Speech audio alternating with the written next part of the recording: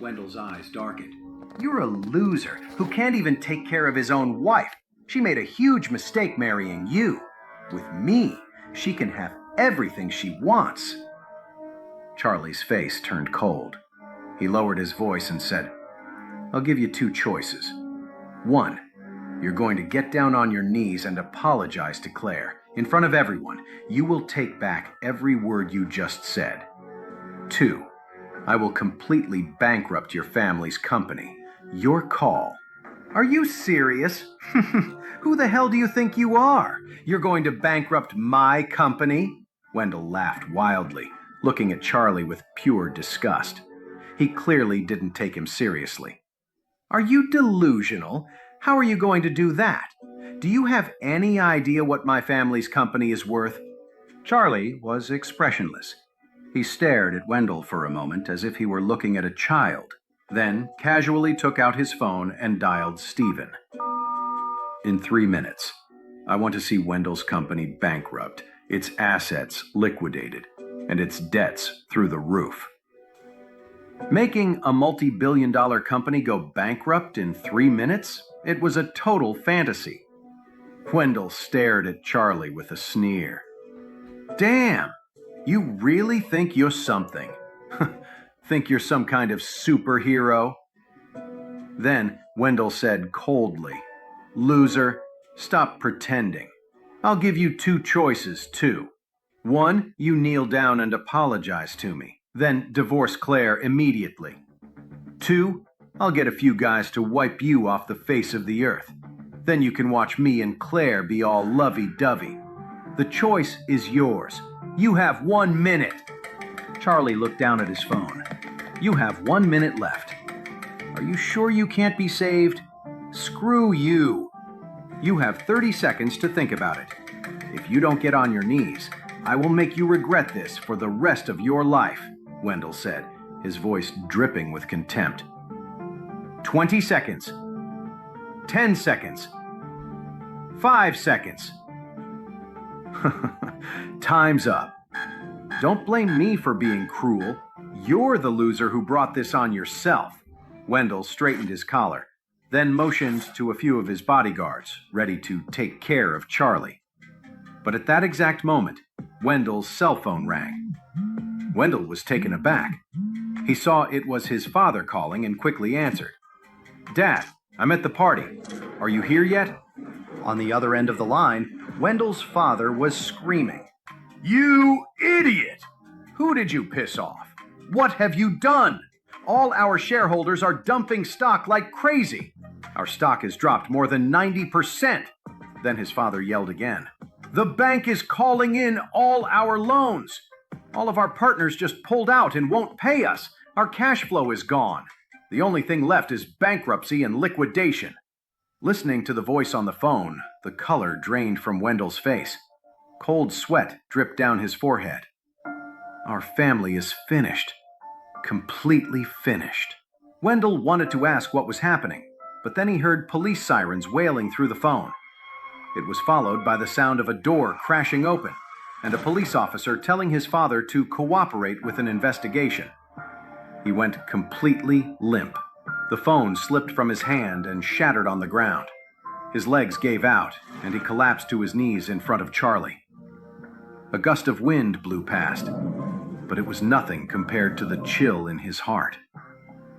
His bodyguards saw this and froze, completely stunned. They didn't move an inch. Wendell was terrified. He whispered to Charlie, Who are you? You did this, didn't you? The crowd of onlookers was just as shocked.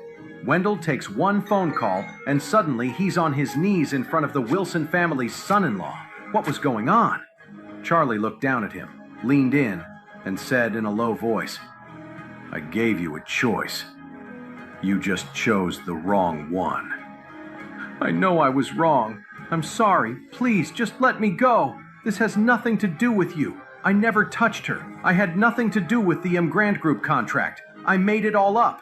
I'm begging you. Please forgive me and my family. Wendell kept bowing and scraping on the ground, begging for forgiveness, He never could have imagined that the Wilson family's live-in son-in-law had this kind of power. One phone call, and his family was destroyed. When he finally lifted his head and looked at Charlie's face, he realized that this ordinary-looking man was more terrifying than any demon. Someone who could bankrupt his family in minutes was not someone you could afford to cross. Charlie shook his head. You should be grateful. At least I'm letting you live. Otherwise, your whole family would be dead. As soon as Charlie said this, Wendell's face went white, and his entire body started shaking uncontrollably. Charlie looked at him and said coldly, "Let me spell it out for you. I am that superhero from the internet. If you don't want to die, you'll keep my identity a secret. Otherwise, you and your father won't be around tomorrow morning." With that, Charlie patted Wendell's cheek and walked into the hall without a second glance. Wendell just collapsed to the ground, too scared to do anything about the humiliating gesture. When he saw Charlie walk into the hall, Wendell scrambled inside after him. He frantically looked around until he spotted Claire. He crawled over to her, got on his knees at her feet, and started bowing and scraping, crying, "Claire, I'm so sorry. I shouldn't have spread those rumors. The M. Grand Group project. That had nothing to do with me. I made it all up. Please, just let me go." Claire was completely stunned by this. She quickly backed away, bumping right into a warm embrace. Claire looked back and saw it was Charlie holding her. Charlie had spotted Claire the moment he walked in. She'd clearly taken great care getting ready and looked absolutely stunning, like a star shining in the crowd. When he saw Wendell rushing toward her, Charlie stepped in and caught her in his arms to keep her from falling, shooting a furious look at Wendell. The look was enough to terrify Wendell, who scrambled away on his hands and knees, desperate not to make Charlie even angrier. Claire asked confused, "What's wrong with him?" Charlie held her close and whispered, "I think he's lost his mind. Just ignore him." Even though they were husband and wife, they had never been this close before. Feeling the warmth of Charlie's arms around her, Claire's ears turned bright red. She quickly pulled away from Charlie's embrace and stammered, Chairman Wade from the M. Grand Group should be here. I should go find him." Just as Wendell was running off, Harold walked in with his sister Wendy and her fiancé Gerald White. With Gerald was another young guy in expensive clothes. He actually looked a little like Gerald. Harold ran right into Wendell and said quickly, "Hey, Wendell, I just got here and heard something happened to your family. Is that true?" Wendell looked completely defeated. He pushed Harold aside, muttering, "It's over. It's all over." Harold asked, looking concerned, "Mr. Jones, what's wrong with you?" Wendell just shook his head, terrified. He didn't dare say a word. He was sure that if he said the wrong thing, he'd be a dead man on the street by tomorrow. So Wendell yanked his arm out of Harold's grasp and ran off, completely hopeless. Harold watched him go and sighed. Damn, I guess his family's really finished. That was fast, right? Everything was fine yesterday, and now they're bankrupt. Then Harold spotted Charlie and Claire and got a nasty idea. He rushed over to Claire. "Claire, let me introduce you to a very important guest. This is Gerald's cousin, Fred White, the eldest son of the White family." "Fred, this is my cousin, Claire," Harold said to Fred, with a fawning look on his face. Fred's eyes had been glued to Claire ever since he walked in. As soon as Harold introduced them, he quickly held out his hand. "Hello, Claire. I've heard for a long time how beautiful the Wilson family's daughter is. Now that I see you, I can say the rumors don't do you justice." Charlie's eyes flashed with annoyance. His wife was beautiful, and it was getting really old dealing with all the flies buzzing around her, one after another. So Charlie stepped in, shook Fred's hand first, and said coldly, "Hello. I'm Claire's husband. You? Fred looked Charlie up and down with obvious disgust. He pulled his hand back quickly and said with a sneer, I didn't realize Claire was married. What a waste. Like a beautiful flower planted in a pile of cow crap. Wendy quickly jumped in. Fred, this loser is just a live-in son-in-law for our family. He doesn't have a job or any skills. Then she gave Fred a deliberate wink and added, Fred, once I marry Gerald, we'll all be family. We should definitely see more of each other. Fred knew exactly what she was getting at. She was giving him the green light to go after Claire. He smiled and said, Miss Claire is as beautiful as an angel. I would love nothing more than to get to know her better. Just then, Charlie saw his mother-in-law, Elaine, and his father-in-law, Jacob, walking over. Elaine rushed right up to Claire and said, Claire, have you heard?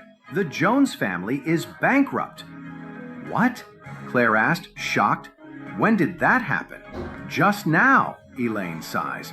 I was hoping you'd eventually divorce Charlie and get with Wendell, but I guess that's out the window now. Charlie was completely exasperated. Was his mother-in-law really this clueless? Didn't she have any idea who she was really dealing with when it came to her son-in-law? When Fred saw Elaine, he rushed over and introduced himself. You must be Claire's mother, right? I'm Gerald's cousin, Fred. You're so beautiful, it's no wonder you have such a gorgeous daughter like Claire. When Elaine heard that Fred was not only Gerald's cousin, but also the eldest son of the wealthy White family, her eyes lit up. She said enthusiastically, Yes, I'm Claire's mother. Are you and Claire friends? Fred nodded and smiled. You could say that. We only just met today, actually. Elaine was overjoyed. She nodded quickly and said, Well, let's all find a place to sit. Don't just stand there. Mr. White, you young people should definitely get to know each other better. Mom, Claire exclaimed, cutting her mother off before she could say anything else. Elaine opened her mouth to say more, but Claire touched her arm and motioned toward the stage, reminding her to pay attention. Just then, Mrs. Wilson stepped into the spotlight. She looked around the room, beaming, then stood at the microphone and smiled. First of all, on behalf of the Wilson family, I'd like to welcome all of our dear friends and partners to our banquet tonight. Next, please join me in welcoming the Vice Chairman of the Emgrand Group, Miss Doris Young. The spotlight instantly swung over, illuminating a woman in the front row. Dressed in a black evening gown, her perfect figure was on full display. Under the lights, she was as dazzling as a fairy, and every man in the room couldn't help to stare. The Vice Chairman of the Emgrand Group. An incredible beauty. Either one of those titles alone was enough to capture everyone's attention. Doris stood and gave a polite nod to the crowd. When her eyes found Charlie, they lingered for a moment before she looked away. Mrs. Wilson continued her speech. Today, I want to give a special thanks to the Emgrand Group for entrusting such an important project to the Wilson family. I promise, the Wilson family will give it our all to live up to the trust Emgrand has placed in us. And secondly, we want to introduce you all to an outstanding young member of our Wilson family. If it weren't for this person, we would have never secured this partnership with Emgrand. Also, after discussing it as a group, we've decided to nominate this person as the Wilson Group's new director. They will be solely responsible for our project with the Emgrand Group. Elaine said excitedly, Oh, Claire, it's your turn to go on stage. Even though Claire was prepared to go up, she was still nervous. Charlie immediately gave her an encouraging look. Harold looked over at a thrilled Claire and couldn't help but let a smirk creep onto his face. Mrs. Wilson also looked at their table and said with a smile, Please welcome the new director of the Wilson Group, Harold Wilson. Claire froze. She looked to the side in disbelief, only to see Harold proudly walking up to the stage. Charlie's eyes went cold. What a classic bait and switch. After using Claire, the Wilson family just threw her aside without a single thought for her feelings. Claire's eyes immediately turned red, and tears welled up. Without a second thought, she stood up and ran out of the room, not looking back. She had been so happy when she arrived, and now she was completely devastated. Charlie watched her go, his face growing even colder. Bullying his wife? They were asking for trouble. Meanwhile, Harold stood on stage and said proudly, "Thank you for the company's trust in me.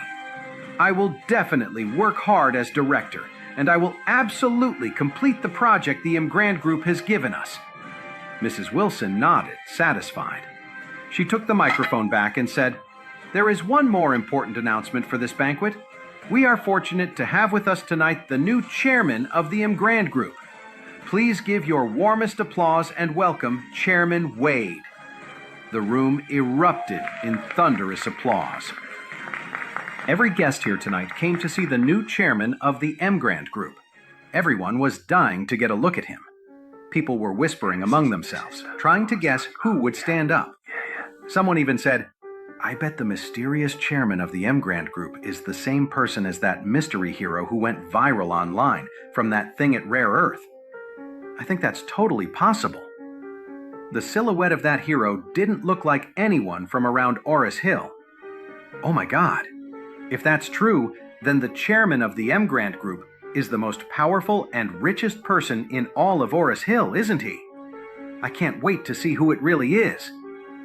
Amid the wild applause, as everyone stared with anticipation, Charlie slowly stood up, a cold expression